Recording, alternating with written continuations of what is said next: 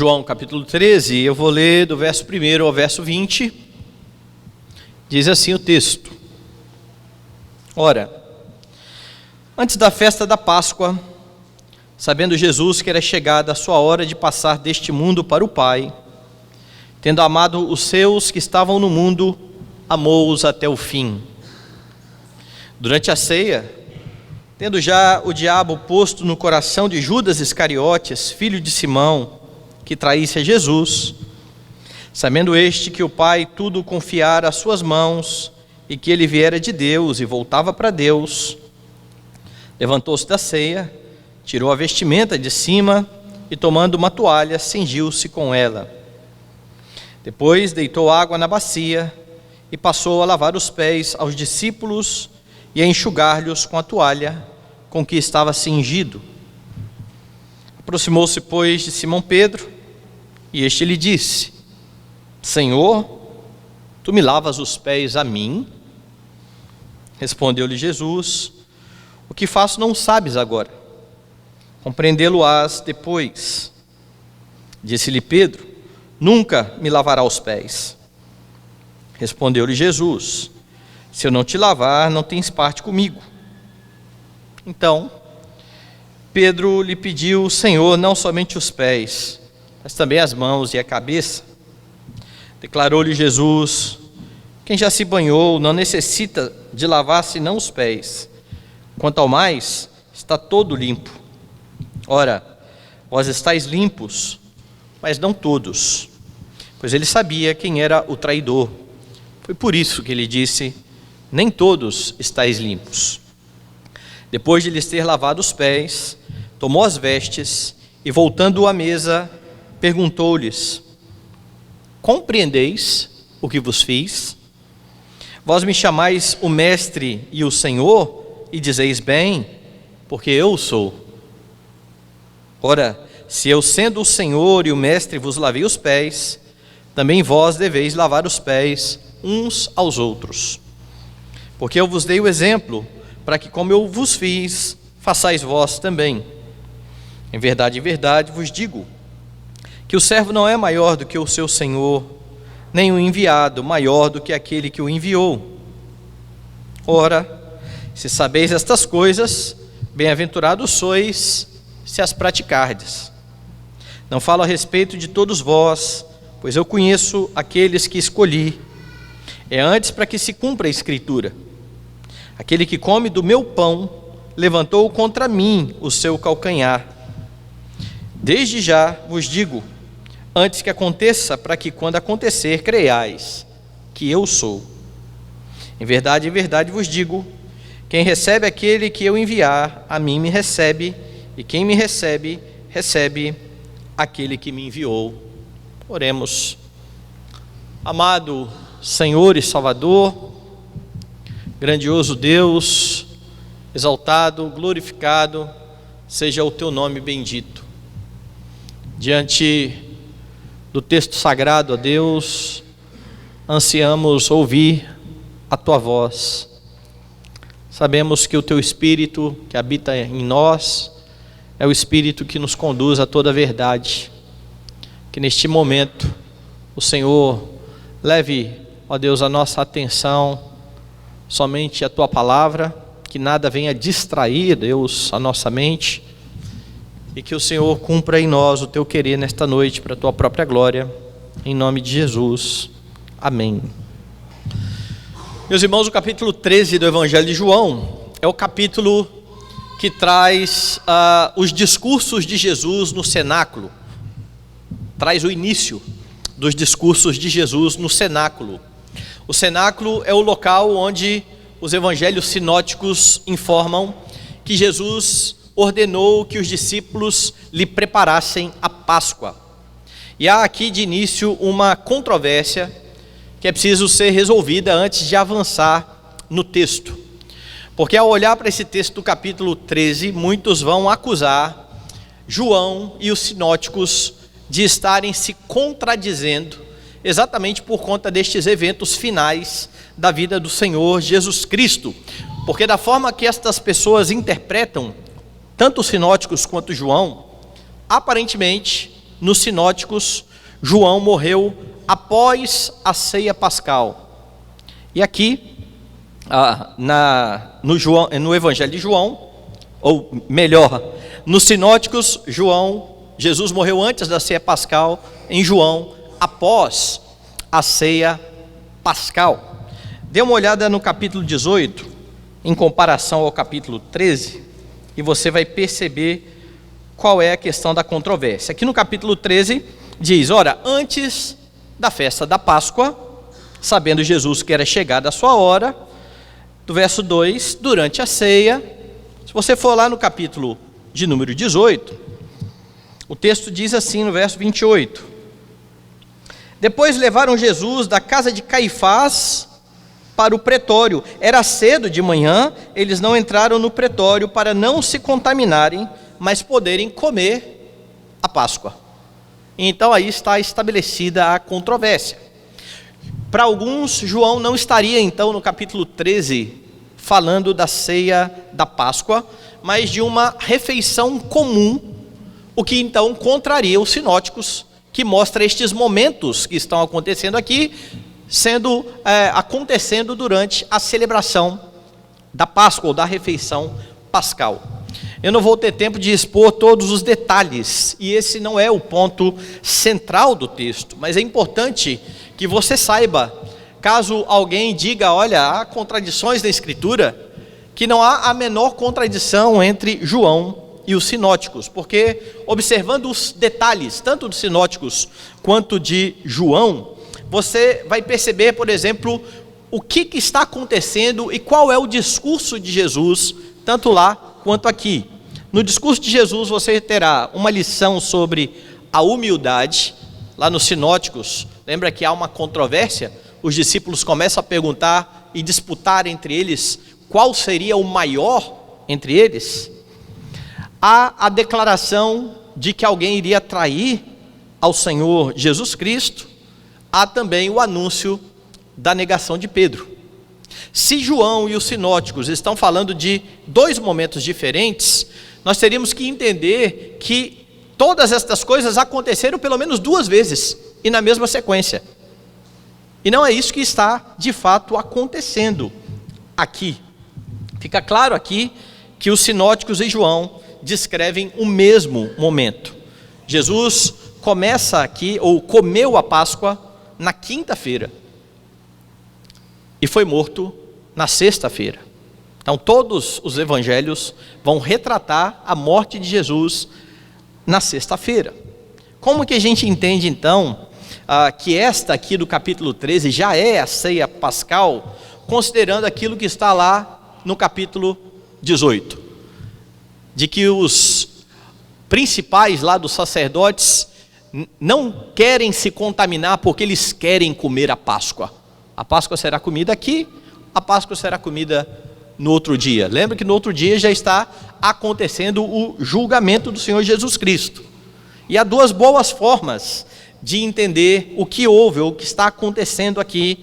E claro, nenhuma destas duas formas é conclusiva, mas ambas explicam, mostram que não há contradição entre os evangelhos sinóticos, apesar de não conseguirmos reestruturar todos os detalhes do que está acontecendo aqui. A primeira forma de entender isso e de que não há contradição é o termo Páscoa. O termo Páscoa, em João 18, 28, estaria se referindo não à refeição pascal do Cordeiro, mas a toda a festa de 7 dias. Lembre que antes da refeição do Cordeiro pascal, há a chamada festa dos pães asmos, que em princípio é dada por Deus como duas festas diferentes, distintas, mas que com o passar do tempo, elas estão tão próximas e unidas uma da outra, que uma começou a ser chamada pelo nome da outra. Mas aconteceu isso mesmo? Abra aí a sua Bíblia em Ezequiel capítulo 45. Você terá o testemunho da própria Escritura a respeito disso. Ezequiel 45, verso 21. No primeiro mês, no dia 14 do mês, tereis a Páscoa, festa de 7 dias, pão asmo se comerá. Você está vendo como aqui as duas festas estão sendo citadas juntas? Você vai ter a Páscoa. A Páscoa é uma festa de 7 dias. Compare isso com o que Lucas vai dizer no capítulo 22 do seu evangelho. Dê uma olhada lá em Lucas 22, no verso 1. Estava próxima a festa dos pães asmos, chamada Páscoa. Então, era comum se referir à festa de Páscoa, não somente como o dia em que o cordeiro seria comido pelas famílias, mas para todo este festival de 7 dias, que envolvia os pães asmos e envolvia o cordeiro pascal. Então, alguns entendem que o que está sendo chamado de Páscoa lá no capítulo 18, e o que está sendo chamado de Páscoa também aqui, ou de ceia aqui no capítulo 13, são o período aqui de 7 dias em que se celebrava a festa. Mas há uma outra possibilidade. Alguns entendem que o que aconteceu, na verdade, é que os membros do Sinédrio, que estavam ali envolvidos com um plano, lembra o plano? Está acontecendo a Páscoa, mas está correndo um outro evento aqui por fora. Os membros do Sinédrio estão querendo tirar a vida de Jesus Cristo. Eles já mandaram prender, caso ele estivesse no templo, eles já deram ordem a respeito disso, eles estão procurando uma ocasião para trair e para matar o Senhor Jesus Cristo, e por estarem envolvidos, ou tão envolvidos com esse plano pecaminoso de condenar Jesus, eles não tiveram tempo de comer a ceia pascal no horário prescrito, que é o horário que Jesus está comendo, junto com os discípulos. Porque se você olhar para os sinóticos, você vai perceber que na noite de quinta, eles estavam aguardando a prisão de Jesus. Lembra que Jesus vai comer a Páscoa com seus discípulos, depois ele vai para o Getsêmani, e lá ele vai ser preso. Então volta aí agora no capítulo 22 de Lucas, e você perceberá que eles estavam presentes por ocasião da prisão de Jesus. Lucas capítulo 22. Veja o verso 47. Falava ele ainda quando chegou uma multidão, e um dos 12, o chamado Judas, que vinha à frente deles, aproximou-se de Jesus para o beijar. Jesus, porém, lhe disse: Judas, com um beijo, traz o filho do homem? Os que estavam ao redor dele, vendo o que ia suceder, perguntaram: Senhor, feriremos a espada? Então Jesus está com seus discípulos e chega uma multidão. Veja quem está no meio dessa multidão. 50. Um deles feriu o servo do sumo sacerdote e cortou-lhe a orelha direita. Veja agora o verso 53. Jesus vai dizer para estes homens: diariamente, estando eu convosco no templo, não pusestes a mão sobre mim. Esta, porém, é a vossa hora e o poder das trevas. Essas são palavras de Jesus direcionadas exatamente aos membros do Sinédrio. Como é que eu estou o tempo todo no templo com vocês, vocês não fazem nada comigo, vocês vêm dessa maneira? Ou seja, na hora da prisão de Jesus, o Sinédrio estava presente, e isso explica o fato deles terem deixado de lado, inclusive, a refeição pascal. É por isso que no outro dia, quando eles vão entregar Jesus, eles não querem entrar e se contaminar, porque eles ainda pretendem comer a Páscoa. E isso mostra algo que vem sendo retratado nos evangelhos: a hipocrisia religiosa destes homens que estão fazendo tantas coisas terríveis e cometendo tantos pecados, e ainda assim estão exteriormente cumprindo ritos. Essa seria uma segunda explicação. Qualquer uma dessas duas possibilidades elimina a necessidade de você admitir que há uma contradição entre os sinóticos e João. Então, quando você ouvir alguém falando a respeito disso, você diga: não, não é bem assim a história. Mas, como eu disse, o ponto central do texto não é esse. Pensando em tudo que nós já falamos, fique atento ao texto. E o texto ensina sobre como é que você expressa o amor cristão. É esse o ponto do texto. Como é que você expressa o amor cristão? Primeira forma de expressar o amor cristão: sirva aos seus irmãos. Dê uma olhada, João começa descrevendo o grandioso amor do Senhor Jesus Cristo. Verso 1: Ora, antes da festa da Páscoa, sabendo Jesus que era chegada a sua hora de passar deste mundo para o Pai, tendo amado os seus que estavam no mundo, amou-os até o fim. E essa é uma expressão muito bela do Evangelho de João. Tendo Jesus amado os seus que estavam no mundo, amou-os até o fim. Por que isso está sendo dito aqui por João? Porque a morte de Cristo se aproxima.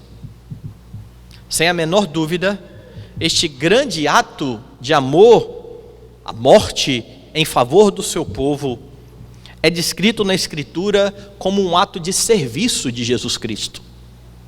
Nós cantamos isso agora há pouco, e eu quero que você abra agora o texto de Filipenses, que declara isso lá no capítulo 2. Veja aí a partir do verso 7.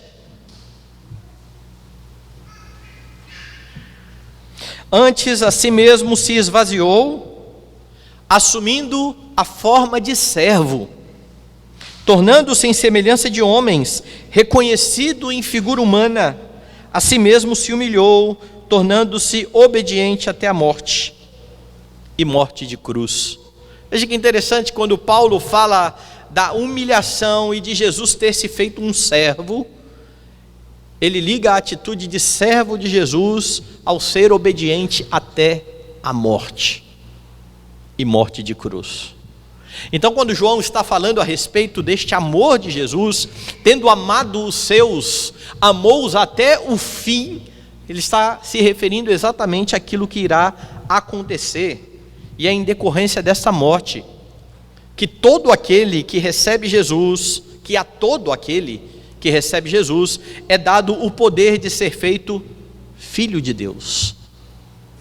É essa a explicação de João lá no capítulo 1, quando ele fala a respeito daqueles que renegaram a Senhor Jesus Cristo, mas todos quantos o receberam, deu-lhes o poder de serem feitos filhos de Deus, a saber, os que creem no seu nome. Então aqueles que estão em Cristo são feitos seus irmãos. E Jesus então está mostrando aqui como é que nós lidamos com os nossos irmãos. Nós servimos aos nossos irmãos. Note que João deixa bem claro aqui que a morte sacrificial não seria por todos. De novo, verso 1: Tendo amado os seus que estavam no mundo, amou-os até o fim. O amor descrito aqui, que foi um amor até o fim, não é para todos os homens do mundo, mas para os seus eleitos. Capítulo 17, Jesus vai deixar isso ainda mais claro, quando ele diz: eu não rogo pelo mundo, eu rogo por aqueles que o Senhor me deu do mundo. E é por eles, então, que Jesus irá derramar a sua vida. Jesus sabia que em breve ele retornaria para o Pai. Veja o verso 3. Sabendo Jesus, que o Pai tudo lhe confiara às suas mãos, e que ele viera de Deus e voltava para Deus. Então, sabendo que este momento se aproxima, o seu ministério terreno está se findando, Jesus ainda dá um valoroso exemplo de humildade e de serviço, antes de se entregar à morte. Serviço aos seus irmãos. Em breve, ele terminará aqui a refeição pascal, estabelecerá a ceia do Senhor. Esta será a última Páscoa. Após esta última Páscoa, o Cordeiro verdadeiro será oferecido de uma vez por todas, e a igreja não mais celebrará o momento da Páscoa, a igreja passará agora a celebrar a ceia do Senhor, que será instituída exatamente durante a Páscoa. Mas antes de tudo isso, do início da celebração, Jesus aproveita para servir aos seus irmãos. Veja aí os versos 4 e 5. Levantou-se da ceia, tirou a vestimenta de cima, tomando uma toalha, cingiu-se com ela. Depois deitou água na bacia e passou a lavar os pés aos discípulos e a enxugar-lhes com a toalha com que estava cingido. Lembre-se aqui então do contexto. Estes homens que estão aqui, que já separaram o cenáculo a mando de Jesus, a fim de comer a Páscoa, chegaram de Betânia. E eles então vinham caminhando. Eles encontraram a multidão que estava indo ao templo. Estão todos caminhando, ruas com muito barro. Os pés destes homens estão calçados com sandálias. Os pés não estão totalmente cobertos. Imagine então, talvez você já tenha tido aí a experiência de caminhar em algum lugar com muito barro e depois você deu uma olhada no pé. Se você nunca teve essa experiência, dê uma olhada no pé do seu filho depois que ele chegar da igreja, no dia que ele tira ali fora o seu sapato para brincar. Os pés destes homens estavam imundos. E eles vão se assentar para comer a ceia. E era costume, quando alguém recebia alguém para uma refeição, que o anfitrião providenciasse alguém, destacasse um servo para fazer esse serviço de lavar os pés. Era algo comum, mas era algo bastante humilhante. Era um dos serviços mais humildes a ser realizados. Para você ter ideia de como isso era considerado um serviço muito humilde, de um escravo. Lembra que João Batista se referiu a Jesus dessa forma: eu não sou digno de desatar as correias das suas sandálias. João Batista está se colocando abaixo de um servo perante a majestade do Senhor Jesus Cristo. Só que aqui neste local não há anfitrião. Foi Jesus que pediu para os discípulos arrumarem um local para Páscoa. Logo não há nenhum servo, mas estão ali tudo o que é necessário para o lava-pés: água, toalhas, vários homens que vão comer uma refeição. Quem é que vai lavar o pé de quem? Ninguém se apresenta. Ninguém toma frente. Ninguém esboça nenhum movimento para ir lá pegar e ir lá servir os irmãos. Pelo contrário, lembre-se que esses discípulos, os sinóticos, você vai ver, estão discutindo quem é o maior entre eles. Como é que pessoas que estão discutindo aqui quem é o melhor, vai se colocar agora de joelho para lavar os pés dos outros? E então Jesus, aquele diante de quem João Batista disse não ser digno de desatar suas sandálias, esse que tinha plena consciência de quem ele era. Veja o verso 3, 2 e 3. Durante a ceia, tendo já o diabo posto no coração de Judas Iscariotes, filho de Simão, que traísse a Jesus, sabendo Jesus que o Pai tudo confiara às tuas mãos. Jesus tem plena consciência de quem ele é. O Pai tudo confiou às suas mãos, e é esse o Deus glorioso que vai se ajoelhar diante de pecadores e lavar os seus pés. Nenhum dos discípulos fez isso. Mas é isso que Cristo Jesus está fazendo. Ele tira as suas vestes e, como um escravo, ele se põe a lavar os pés dos discípulos. Então, se você quiser uma bela ilustração de Filipenses capítulo 2, está aqui. Ele se despiu da sua glória, ele se humilhou, ele assumiu forma de servo. Está aqui. O lava-pés é um momento onde isso está de fato acontecendo.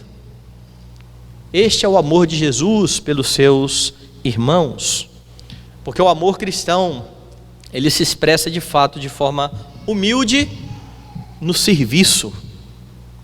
É por isso que a Bíblia afirma: não ame de língua, ame de fato e de verdade. Amar de boca é muito fácil, declarar o amor é bastante tranquilo. E a pergunta diante disso aqui é: você costuma servir ou você fica esperando que outros venham a servir você? Porque muitos cristãos mantêm a postura dos discípulos. Como eu disse, está tudo preparado, tem tudo o que é necessário ali para que os pés sejam lavados, mas não tem ninguém se apresentando aqui para fazer isso. É um trabalho humilde demais para mim. Outro vai fazer. Isso não. Eu posso fazer outras coisas, mas isso aí eu não faço. Nenhum deles toma a iniciativa. Antes fica aí um aguardando para ver se o outro iria servi-lo. E há muitos que estão dentro das igrejas com esta postura. Pessoas que estão na igreja querendo o tempo todo ser servidas, ser beneficiadas do serviço de outros, mas que não se dispõem em nenhum momento para ajudar os irmãos, para servir aos irmãos, para compartilhar com os irmãos. Muitos que escolhem inclusive a igreja que vão frequentar pela quantidade de ofertas de serviço que elas vão receber. O que tem nesta igreja para me agradar? O que tem nesta igreja para me servir? Em vez de pensar o oposto, como é que eu posso ser uma bênção nessa comunidade? Como é que eu posso ser usado pelo Senhor com os meus dons e talentos, a fim de edificar os meus irmãos? Essa mentalidade de querer ser servido, ela está presente, infelizmente, dentro das igrejas. E ela é fruto de orgulho.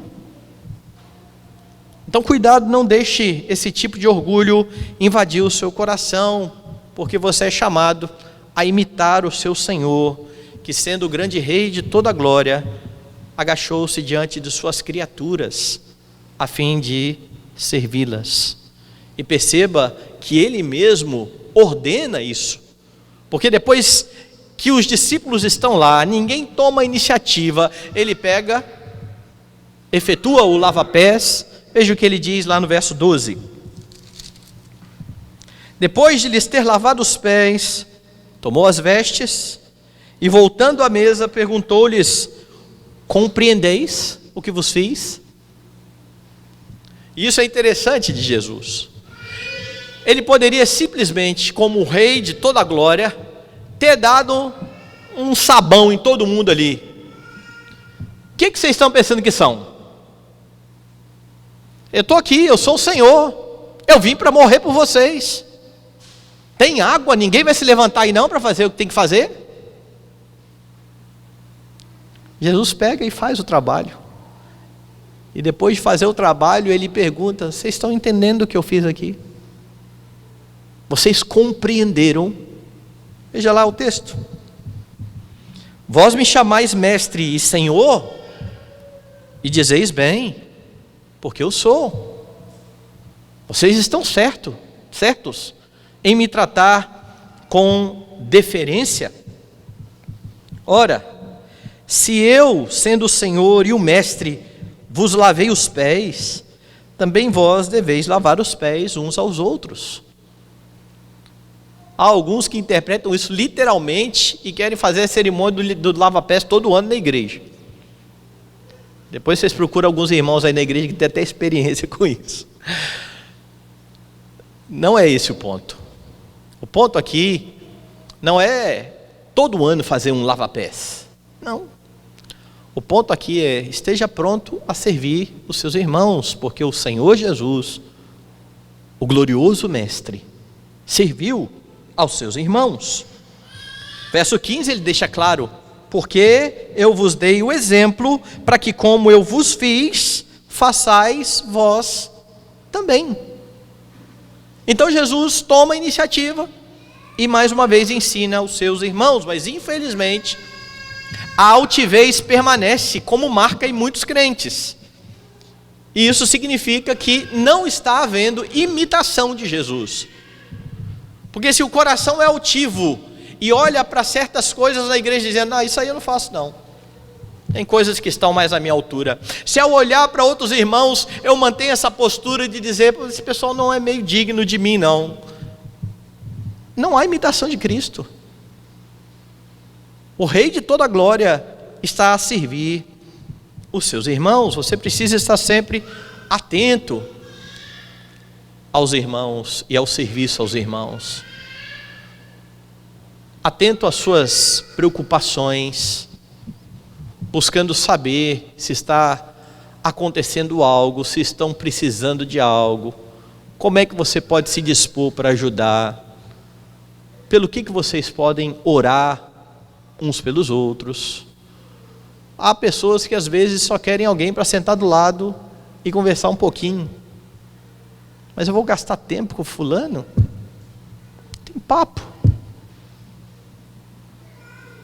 Atento ao serviço da igreja. Mas nós não temos diáconos? Sim, nós temos diáconos. Os diáconos são chamados para servir a igreja. Eles são, na verdade, o grande exemplo de serviço. Mas aqueles que fazem o serviço oficialmente servem de modelo para os outros. Então não é o fato de, olha, nós vamos fazer alguma coisa aqui na igreja, vai ter um almoço, eu vou chegar lá em cima e esperar. Não, os diáconos vão arrumar aqui. Arrume. Vá ali, pegue a mesa, bota a cadeira no lugar. Não, mas tem diácono. Tem diácono. Sirva. Não fique aguardando, não fique esperando. Você precisa estar atento ao serviço, quer seja nessas pequenas coisas, quer seja em coisas mais sérias, como auxílio, por exemplo, a necessidades financeiras. Nós estudamos sobre isso hoje de manhã. Mas isso também é serviço? Abra aí a sua Bíblia na primeira carta de João, lá no capítulo 3, e veja o que diz João a partir do verso 16. Nisto conhecemos o amor, que Cristo deu a vida por nós, e devemos dar a vida pelos irmãos. Percebe o padrão?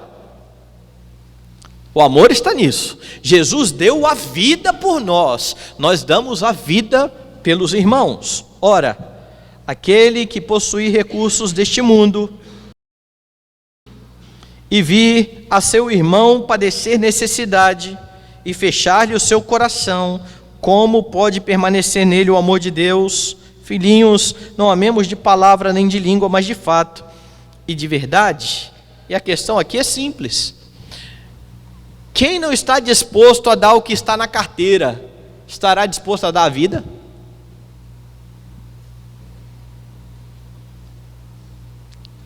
Cristo deu a vida por nós, nós damos a vida pelos irmãos. O exemplo de dar a vida pelos irmãos, acudi-los nas suas necessidades. Você é chamado a servir, e você serve sustentando a sua família, você serve educando os seus filhos, levando-os ao médico, fazendo almoço para aqueles que são os da sua casa, ajudando os pais nas tarefas domésticas, e tudo isso por amor. Isso é expressão de amor cristão. De manhã eu falava a respeito da simplicidade da vida cristã, e nós às vezes queremos fazer grandes coisas para o Senhor Jesus Cristo, enquanto Ele nos chama para servir nas pequenas coisas e para fazer por amor. Mas dá para você levar o lixo lá fora? Mais uma vez, só eu, sempre eu. De novo eu tenho que fazer comida para esse pessoal dessa casa e ninguém me reconhece. A gente todo dia tem que varrer casa. Mais um dia que eu tenho que levar os meninos para a escola. Tarefas pequenas de serviço, simples, que precisam ser feitos por amor, porque a vida cristã é simples, E Cristo é honrado quando os seus, por amor, servem, quer seja nas pequenas, quer seja nas grandes coisas. Crentes são chamados não a buscar destaque, mas eles são enviados a servir, proclamando a outros a bendita obra realizada por Jesus na cruz do Calvário. E isso também está no texto. Veja aí no capítulo 13 de João, os versos 16 e 17. Em verdade vos digo que o servo não é maior do que o seu senhor, nem o enviado maior do que aquele que o enviou. Agora Jesus vai aplicar a questão aqui, dizendo da humildade, dizendo: vocês não procuram ser os melhores, vocês não procuram destaque, vocês são enviados, e vocês não são maiores do que aquele que está enviando. E ele continua: ora, se sabeis estas coisas, bem-aventurados sois se praticardes. E para que os servos de Jesus são enviados? Não é para outra coisa, senão para, por meio das suas obras, proclamar o seu Redentor, a fim de que os homens vejam as suas boas obras e glorifiquem ao Pai que está nos céus.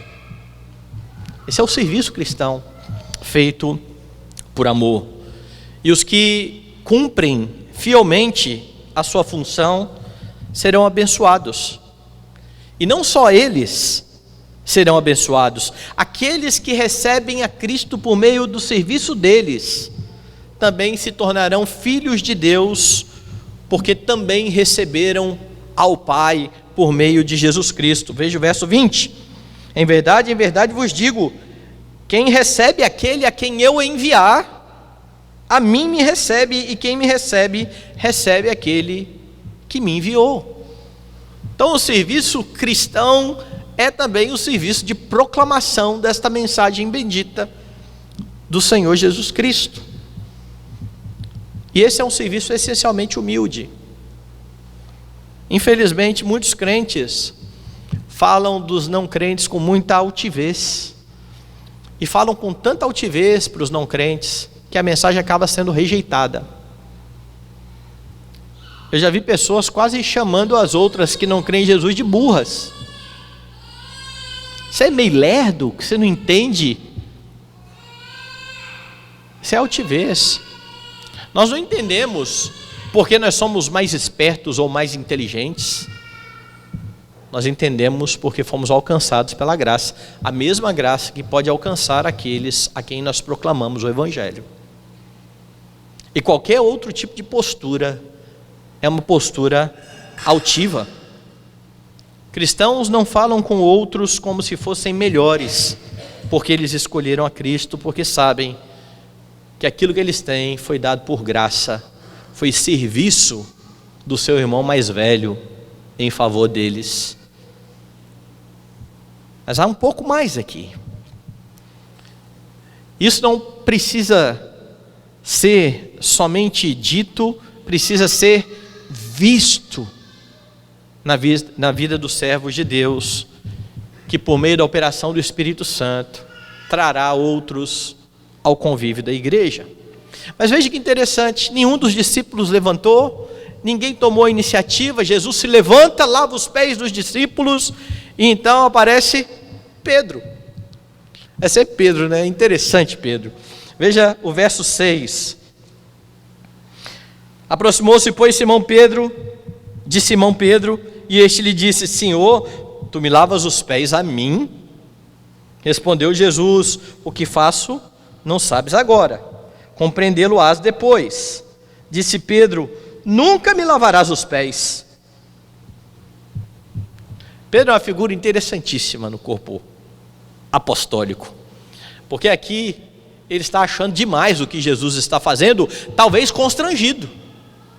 Ele mesmo não levantou para lavar o pé de ninguém, e agora o Senhor levanta para lavar o seu pé. Por que eu estou dizendo isso? Porque Pedro é aquele que em outra ocasião, lá por ocasião da pesca maravilhosa, quando obedeceu a ordem de Jesus de lançar a rede e viu aquela quantidade de peixes, foi o que disse para Jesus: retira-te de mim, porque eu sou pecador. Pedro tinha consciência de quem era Cristo. Pedro é aquele que vai declarar antes de todos os outros: tu és o Cristo, o Filho do Deus vivo. E agora o Filho do Deus vivo vai lavar o meu pé. Não, isso é demais. Eu nem me levantei. O Senhor não vai fazer isso. E Jesus explicou a Pedro: Pedro, você vai compreender isso mais à frente. E é claro, depois de toda a obra de Jesus ser realizada, depois do derramamento do Espírito Santo, lembre que João está escrevendo isso décadas depois. Eles já compreenderam tudo o que está acontecendo aqui nesses dias. Tudo isso está claro agora. Por amor, Jesus serviu os seus humildemente, se humilhando na cruz, e foi isso que purificou espiritualmente os seus discípulos. O lava-pés, por mais humilhante que pudesse ser, era só uma pequena amostra daquilo que Jesus faria na cruz do Calvário para purificar os seus discípulos. E mesmo assim, Pedro se nega a deixar lavar. É por isso que Jesus tem que falar um pouco mais com ele. Veja o verso 8. Nunca me lavarás os pés, respondeu Jesus, se eu não te lavar, não tens parte comigo. E aqui você tem um exemplo daquilo que começou a ser dito lá no versículo 1 por João. João disse, sabendo Jesus que era chegada a sua hora, amou os seus discípulos até o fim. E aqui tem um cabra cabeça dura, que não entende o que Jesus está dizendo, e Jesus não desiste dele. Jesus vai instruí-lo mais uma vez. Pedro, é preciso que isso aconteça. Pedro, se você não deixar eu fazer isso, você não tem parte comigo. E aí Pedro vai de um extremo a outro, porque ele não entendeu as palavras de Jesus. Ele ainda irá compreender, mas nesse momento ele ainda não compreendeu. É por isso que a resposta dele é verso 9, Senhor, não somente os pés, mas as mãos e a cabeça, lava tudo. Então, se é assim, é de um extremo a outro, certo? E mais uma vez, Jesus irá corrigi-lo. Jesus não desiste de instruir os seus, porque Ele ama os seus, Ele serve os seus, e Ele continua servindo aos seus irmãos, instruindo-os dominicalmente por meio da palavra pregada. Domingo após domingo, a voz do irmão mais velho ecoa para nossa instrução, para nos corrigir, para nos exortar, para nos animar, porque Ele nos amou até o fim, porque Ele começou uma boa obra e Ele irá completar essa obra até o dia final. E até esse dia, certamente, você será feito cada dia mais santo e mais convicto de quem é o seu Redentor e de qual é o seu lugar no corpo de Cristo. Você expressa o amor cristão servindo aos seus irmãos, mas há um pouco mais no texto. Você expressa o amor cristão servindo aos seus inimigos. Meus irmãos, se servir aos irmãos é algo que certamente exige bastante humildade. O que dizer de servir aos inimigos? Quem não está disposto a servir pessoas próximas e chegadas e unidas e que fazem parte do mesmo corpo, como é que vai se portar em relação ao inimigo? E o texto mostra que o amor cristão também é demonstrado neste serviço aos inimigos. Porque João começa apontando de início aqui que entre os discípulos, entre os irmãos, existe um que é o traidor. Dê uma olhada lá no verso 2. Durante a ceia, tendo já o diabo posto no coração de Judas Iscariotes, filho de Simão, que traísse a Jesus. Então João, no início da história, já deixa bem claro. Mas não só João fala isso, como registra as palavras do próprio Jesus a respeito de Judas. Dê uma olhada então a partir do verso 10, a parte B. Depois que Jesus falou para Pedro, veja o que ele diz para Pedro. Declarou Jesus Quem já se banhou não necessita lavar senão os pés, quanto ao mais está todo limpo. Ora, vós já estáis limpos, mas não todos. Agora veja o versículo seguinte: pois ele sabia quem era o traidor. Foi por isso que ele disse: nem todos estáis limpos. Então João declara que ali há um inimigo de Cristo. E Cristo mesmo está dizendo: nem todos aqui estão limpos. Judas, de forma alguma, figurava entre o número daqueles que são da família de Deus. Por isso, diferente dos outros apóstolos, ele não tinha sido purificado. Ele não cria em Jesus, apesar de andar com Jesus, apesar de parecer um crente. E isso nos mostra, irmãos, que dentro da igreja visível, sempre haverá aqueles que, a despeito de confessar o nome de Jesus Cristo de lábios, não são crentes de fato. Alguns deixam isso claro por meio das suas atitudes, e quando isso fica manifesto, a Bíblia fala que essas pessoas precisam ser excluídas da igreja, precisam ser excomungadas. Mas nem todo mundo que peca na igreja é porque não é crente, nós sabemos disso. O que demonstra que a pessoa não é crente, ou pelo menos está agindo como um não crente, é a permanência no pecado.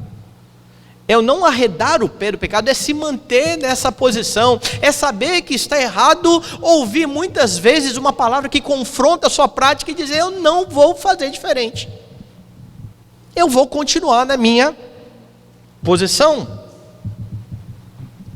Então, o fato de alguém pecar não indica que ali está um não crente. Permanecer no pecado, sim. Agora, enquanto estas coisas aqui estão acontecendo, os apóstolos não têm ideia ainda de que Judas é um traidor. Jesus sabe. Os apóstolos não. Tanto que mais à frente, quando Jesus der uma ordenança a Judas, para ele fazer o que ele tem que fazer logo, os apóstolos estão todos achando que ele está indo comprar alguma coisa para a festa. Ele era o tesoureiro. Bom, Jesus só pode ter dado alguma ordem para ele comprar alguma coisa.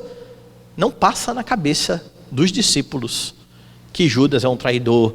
Jesus o sabe muito bem, e isso fica claro para os apóstolos mais tarde. E daqui você entende que na igreja nós não ficamos julgando a outros como não crentes, como muitos fazem. Ah, fulano acho que não é crente não. Nós não sabemos. A não ser que isso fique tão manifesto, que confrontado não se arrependa e seja excomungado. Aí a Bíblia diz para os irmãos da igreja nem receber em casa para comer. Mas até que isso aconteça, nós não podemos julgar a outros como se não fossem crentes. Judas está aqui, os discípulos estão aparentemente tranquilos com ele. Jesus sabe que daqui a pouquinho, questão de horas, Judas irá traí-lo. Entretanto, mesmo os outros apóstolos não sabendo, como eu disse, Jesus diz, veja no verso 18 e 19: não falo a respeito de todos vós, pois eu conheço aqueles que escolhi. É antes para que se cumpra a escritura: aquele que come do meu pão levantou contra mim seu calcanhar. Desde já vos digo antes que aconteça, para que quando acontecer, creiais que eu sou. Mais à frente, quando tudo ficar claro para os apóstolos, eles vão dizer: o Senhor disse, o Senhor falou. E então aqui está Jesus citando a profecia que tratava da sua traição. Então ele sabe a verdade sobre Judas desde a eternidade, pois isso está no decreto do Senhor, tanto que já está profetizado. Os discípulos não. Então imagine, os discípulos não sabem o que vai acontecer. Jesus tem plena ciência de que ali está o traidor, aquele que vai entregá-lo à morte, para que ele receba a ira do seu pai. Você serviria a alguém que de antemão você soubesse que iria trair você?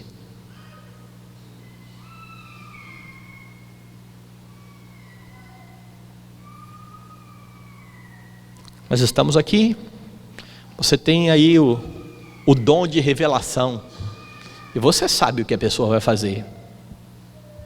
Você sabe que ela vai te trair, que ela vai te apunhalar, que ela vai falar mal de você, que ela vai falar algo terrível contra você. Você serve essa pessoa. Mas cuidado com a resposta.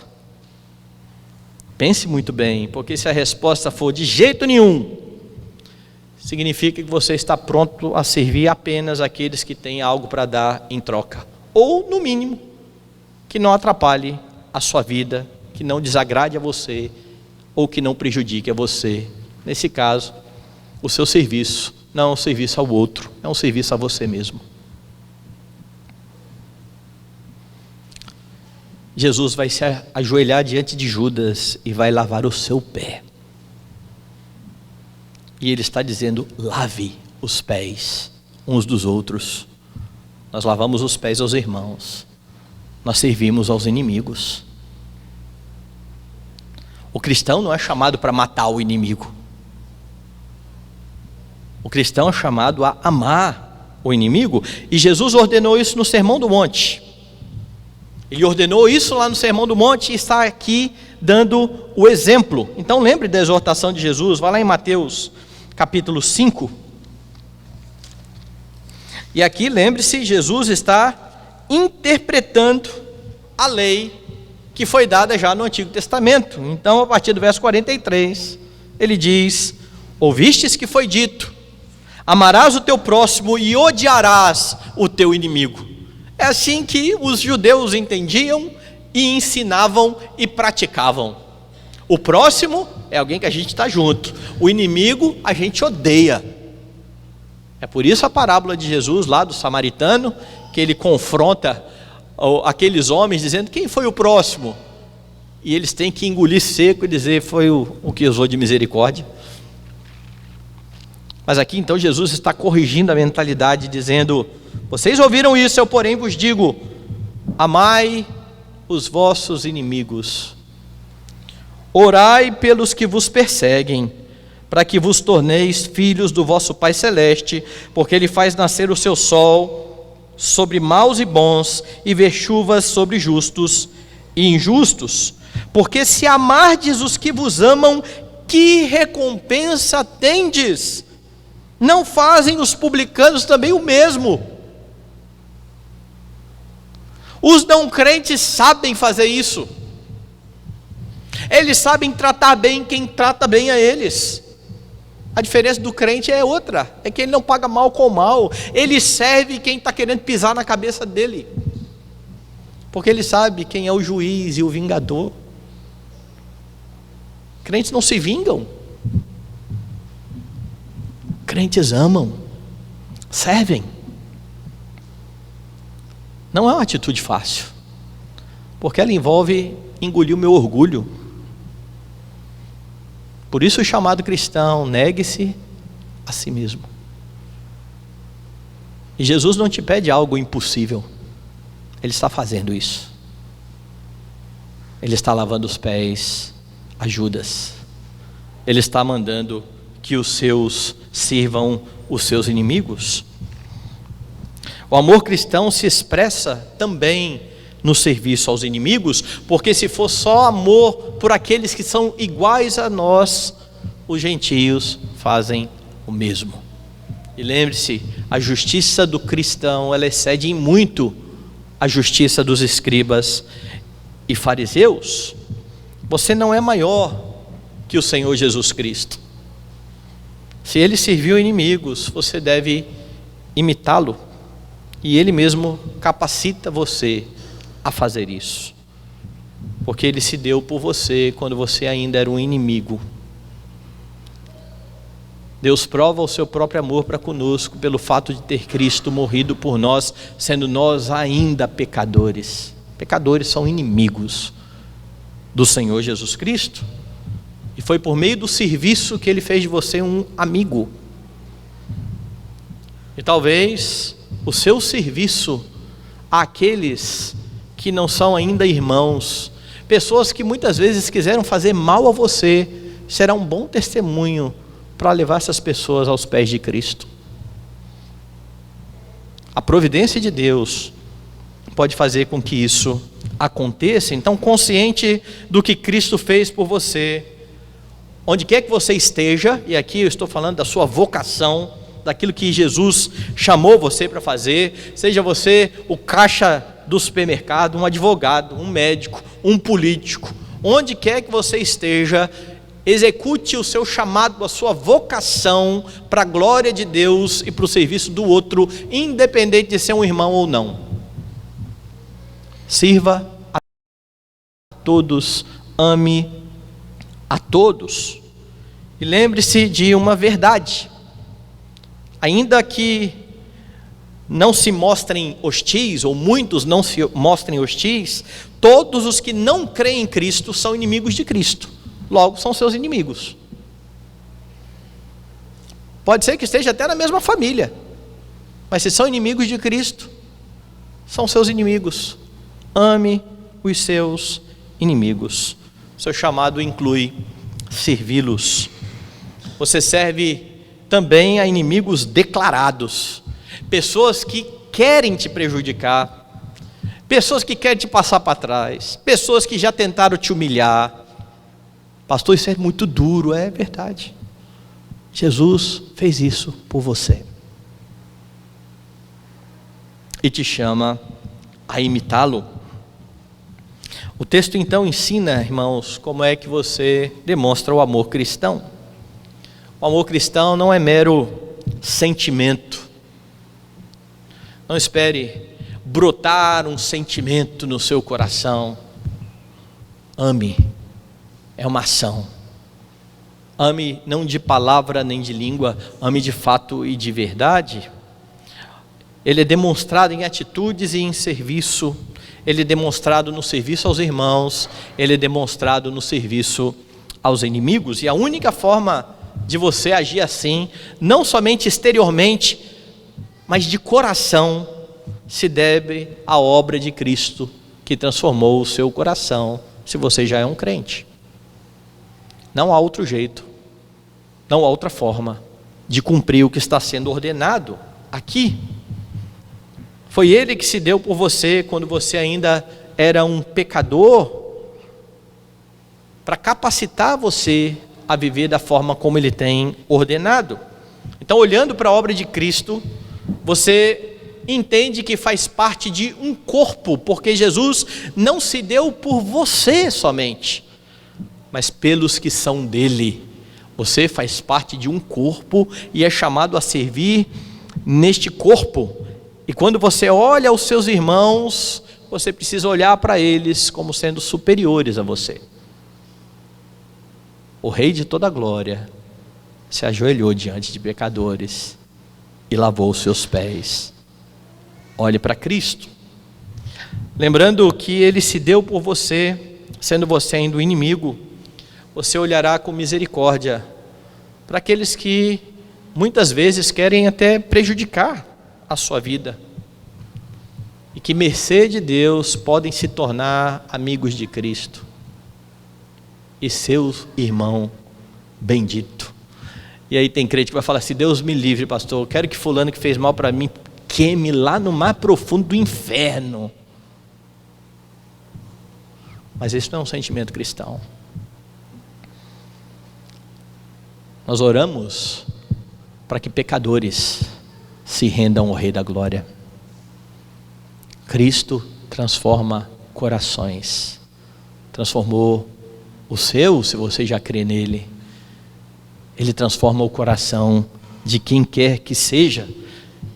E por meio do serviço de proclamação da igreja, muitos que hoje são inimigos de Cristo se tornarão seus amigos e irmãos amados.